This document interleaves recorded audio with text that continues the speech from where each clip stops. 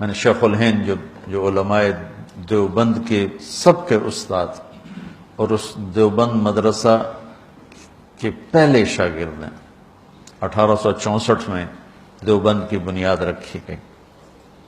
اللہ تعالیٰ ان علماء حقانی کو جزائے خیر عطا فرمائے۔ انگریز کی محنت تھی کہ انڈیا کو اسپین بنا دیں، جیسے اسپین سے اسلام کا نام مٹ گیا۔ 800 سال کی حکومت کے بعد اسپین میں اللہ کا نام لینے والا ایک نہ بچا، ایک۔ ایسے انہوں نے دھو کے رکھ دیا۔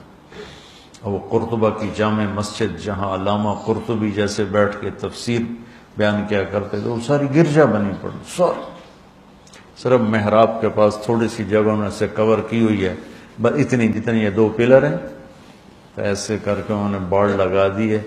وہ محراب اپنی اصل جگہ میں بالکل درمیان میں انہوں نے گرجا بنا دیا، بت رکھے ہوئے ہیں، تصویریں ہیں، مسجد کے در و دیوار روتے ہیں، نوحہ کنا ہے کہ ہائے مسجد مرثیہ خواہ ہے کہ نمازی نہ رہے۔ مرثیہ تو مسجد قرطبہ کا میں دیکھ کر آیا ہوں۔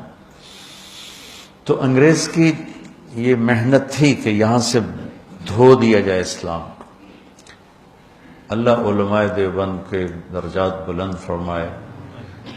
1864 میں پہلے یہ حضرات جنگ آزادی میں شریک ہوئے، اور شاملی جہاں علماء دیوبند نے جہاد کیا، حافظ ضامن شہید ہوئے اور کوئی بڑے بڑے شہید ہوئے، کچھ بچ گئے۔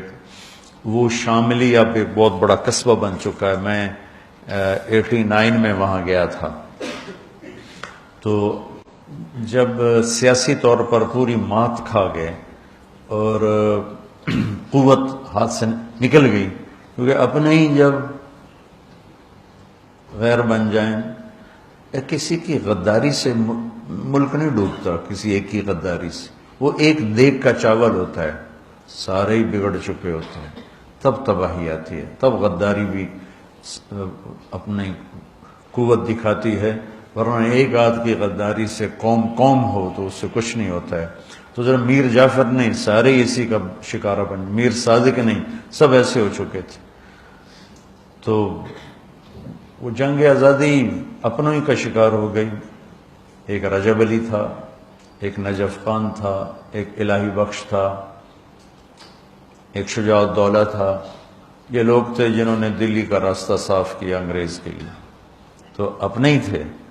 اس کے بدلے میں رجب علی کو انہوں نے اتنا سونا دیا کہ اس نے امبالے میں پورا ایک فورا سونے کا بنایا جس میں شراب نکلتی تھی۔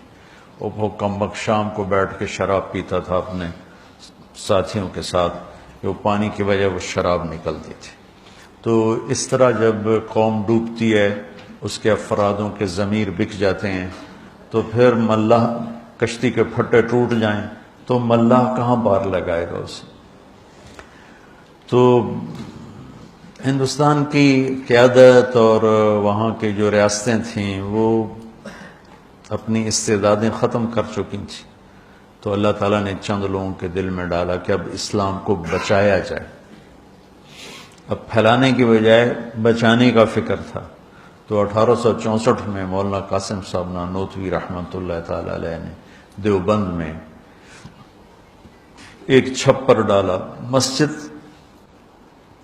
مسجد بنائی بغیر چھت کے، اور ایک چھپر جس میں ایک طالب علم اور ایک استاد اور ایک انار کا درخت۔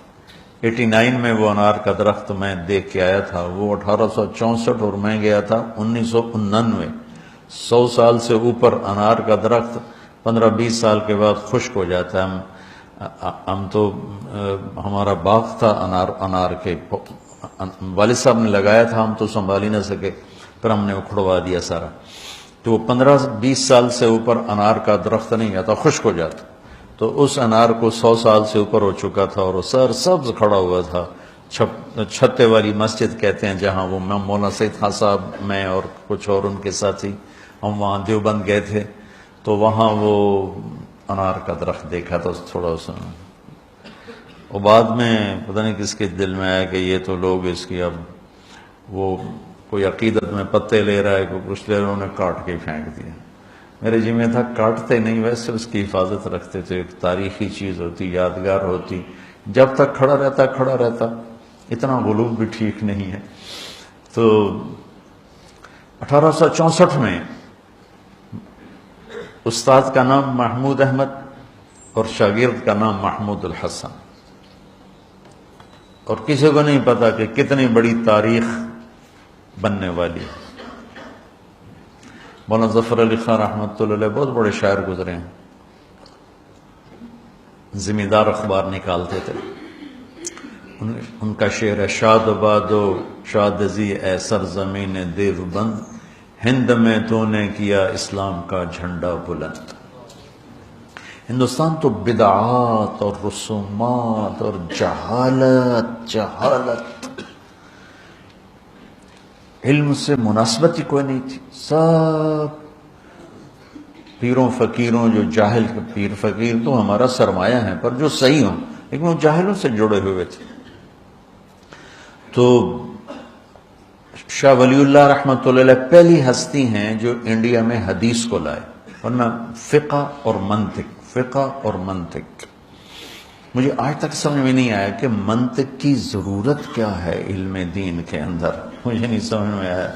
یا لیت شعری، کوئی مجھے سمجھا دے۔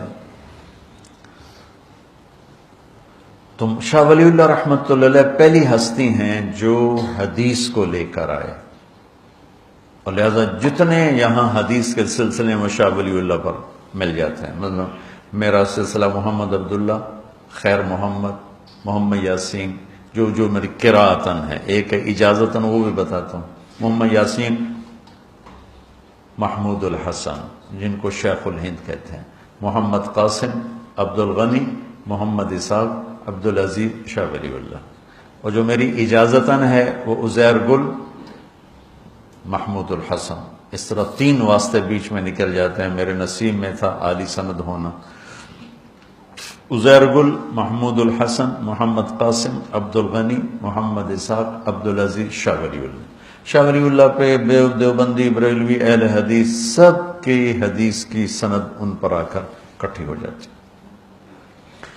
تو اللہ تعالیٰ نے مولانا قاسم نانوتوی رحمۃ اللہ علیہ کے ذریعے سے 1864 میں ایک چھوٹی سی بنیاد قائم کی، جس کو اللہ تعالیٰ نے اتنا بڑا درخت بنایا کہ انگریز کی ساری سازش ناکام ہونے کے پیچھے دیوبند اور اس کے علاوہ اور جنہوں نے، صرف میں دیوبند کی بات کہوں تو یہ ناانصافی ہوگی، دیوبند اس میں سر فہرست ہے، اور سر فہرست میں بہت اوپر ہے، اور باقی مخلصین نے جو محنتیں کی تو اللہ تعالیٰ نے یہاں اسلام کو باقی رکھا، اور آج ہم اس خطے میں مسلمان بن کر زندہ ہیں۔ یہ اس وقت کے ان مخلصین کی محنت ہے جس میں علماء دیوبند کا ایک بہت نمایاں کردار ہے، اور ہم انہی کے شاگردوں میں سے ہیں۔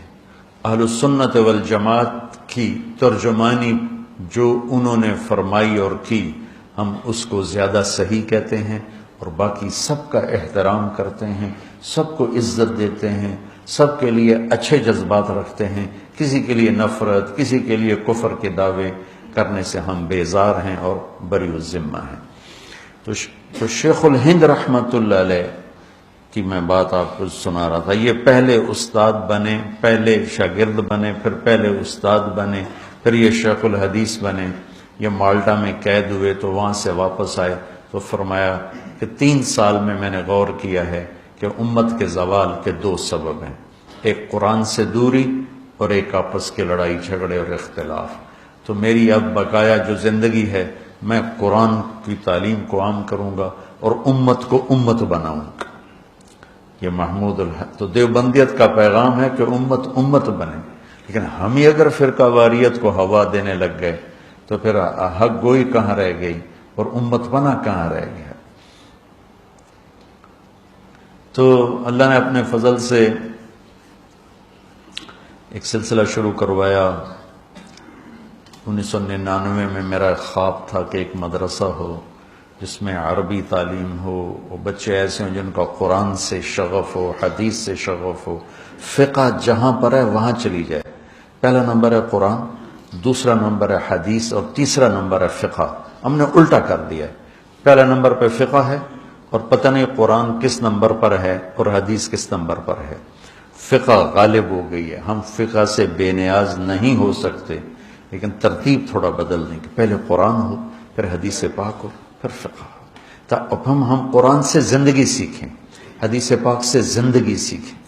تو یہ جو میں نے رمضان میں چند دن نیت کی ہے کہ کچھ بات آپ کے سامنے لاتا رہوں گا کہ قرآن ہمیں زندگی کیسے سکھاتا ہے۔ میں پورا قرآن نہیں بیان کر رہا نا، میں اتنا بڑا علامہ ہوں کہ پورا قرآن بیان کروں، جو اس میں سے زندگی کے درس اور سبق ہیں وہ آپ کو بتانا چاہتا ہوں۔